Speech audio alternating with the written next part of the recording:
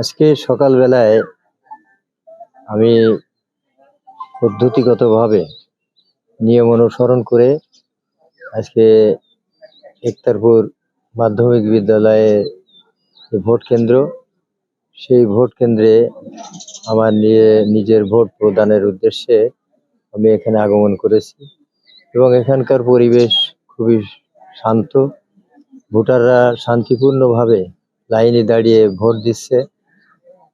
এখানে কোনো রকম কোনো জটিলতা নেই এবং আজকে আপনারা যারা দেখেছেন, আপনারা সমাজের দর্পণ, আপনারা সমস্ত কিছু অনিয়ম নিয়ম সবকিছু আপনারা আপনাদের মিডিয়ার মাধ্যমে আপনারা প্রকাশ করেন। আপনারাও দেখতেছেন আজকে একটা শান্তিপূর্ণ পরিবেশে ভোট হচ্ছে এবং আমি আশা করি যে 17 বছর পর মানুষ স্বাধীনভাবে একটি ভোট প্রয়োগ করার সুযোগ পেয়েছে।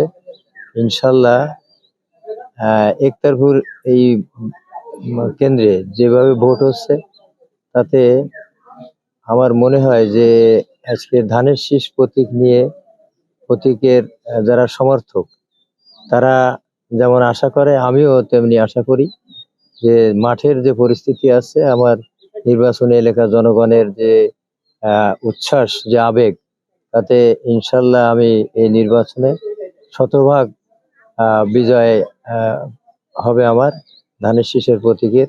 এবং ইনশাল্লাহ আমি আরো আশাবাদী যে এই সিটটা ধানের শীষের বিজয় অর্জন করেই এই অভয়নগরের মানুষ, বাঘারপাড়া বসুন্ধিয়ার মানুষ এটা আমাদের প্রিয় নেতা তারেক রহমানকে